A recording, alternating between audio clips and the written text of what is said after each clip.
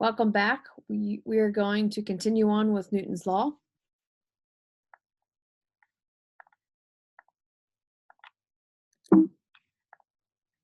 So this lecture is going to focus on gravity because it plays a big part in astronomy. So for a celestial object, the force that acts on it is usually only gravity. Newton's worked out the law of universal gravitation. So every mass exerts a force of acceleration on every other mass.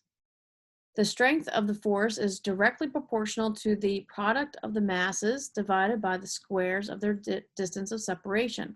So there's two main factors here for gravity: mass and distance. So the more mass an object has, the more gravity it's going to have. The closer something is, the more gravity it's going to have or experience on other objects. So take, for example, I have two asteroids here. F is the force of gravity, G is a gravitational constant, and then you're going to multiply, that was the product, multiply the mass of both, and you're going to divide it by the radius, the distance between the two objects squared. So we can write it this way: force equals G is your universal constant, universal gravitational constant, and M1 and M2. Those are the masses of whatever two objects you're looking at, and R is the distance or separation between them. So the value of G is found by measuring the gravitational force between the two bodies of known masses and how far they're separated. Mass 1 and mass 2 are typically measured in kilograms, and R is measured in meters. Then our gravitational constant value is 6.67 times 10 to the negative 11th meters cubed divided by kilograms per second squared, or kilograms times seconds per second squared. From the gravity equation, we see that the greater the product of the M1 and M2, meaning the larger number they are, the greater the gravitational force. The greater the separation between R, between the two bodies, the weaker the gravitational force because it's in the denominator. So here's an example of law. So you step on your bathroom scale and it reads 160 pounds. Your location on Earth's surface is about 4,000 miles from the planet's center. Now imagine you step on the scale that is 4,000 miles above the Earth's surface. We just doubled our distance from the center of the Earth. Now the scale is going to read only 40 pounds because you are farther away from the center of the Earth.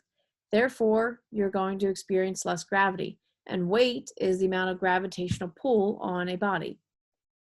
Your new distance from your center is 8,000 miles, doubling the original distance. Since R is your distance has been doubled, the force acting on your body is now 1/2 squared. So in other words, 1/4. Gravity acts as if it's concentrated in the center of the body. So we always measure from the center.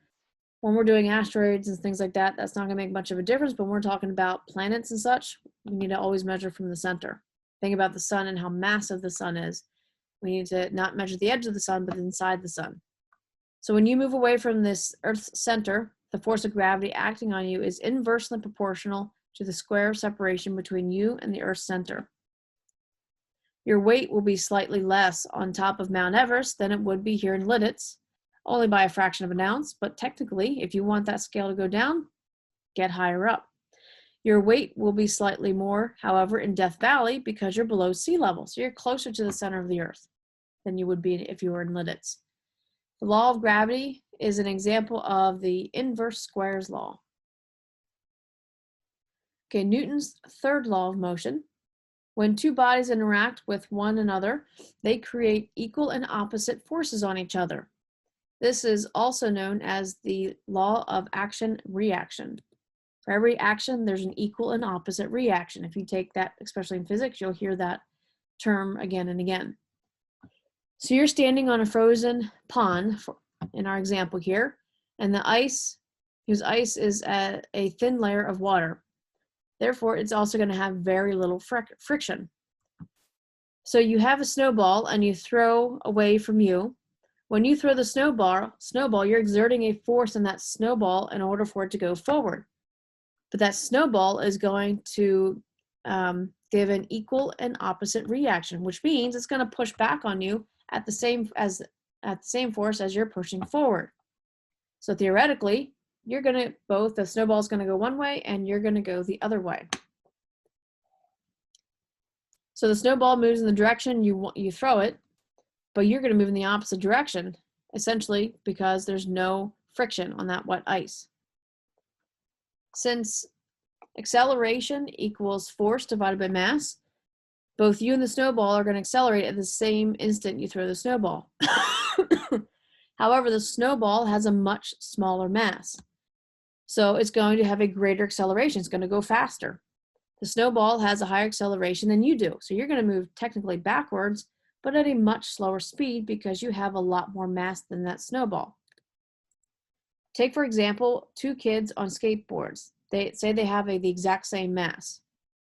If looks like this girl's pushing the boy, if she does that, the boy's going to move forward, but she's also going to move backwards at the same force, assuming again they have the same mass.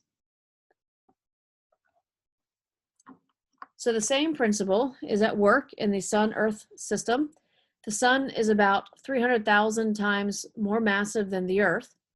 Although both the Earth and the Sun accelerate due to their mutual gravitational force, the Earth's acceleration is going to be 300,000 times greater than the Sun.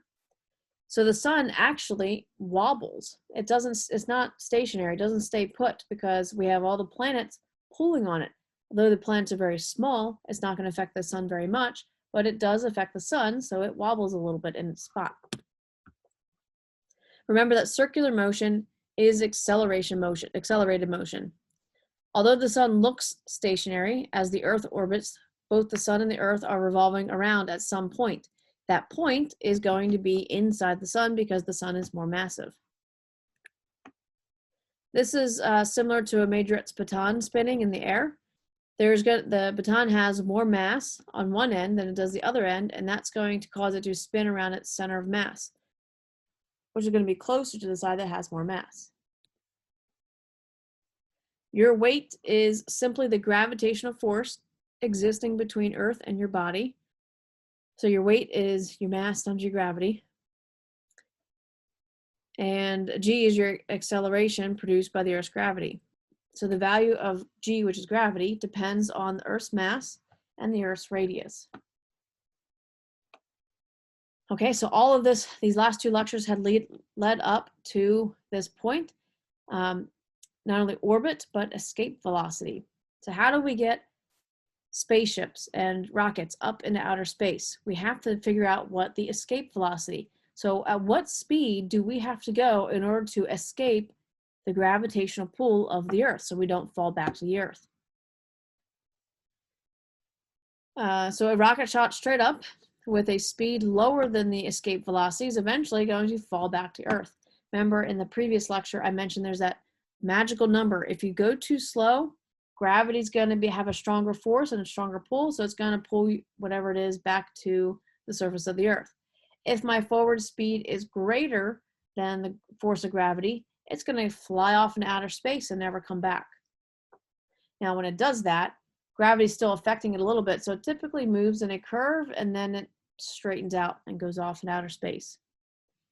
So this is what actually Apollo 13 did. They used the moon's gravity, kind of slingshot themselves back to Earth so they didn't have to use any engines. So they got it just right, got their speed just right, where they went around the moon, but then their forward speed was stronger than the moon's gravity, so they continued straight off towards Earth. So the escape velocity, V stands for velocity, and we have this abbreviation ESE, escape velocity.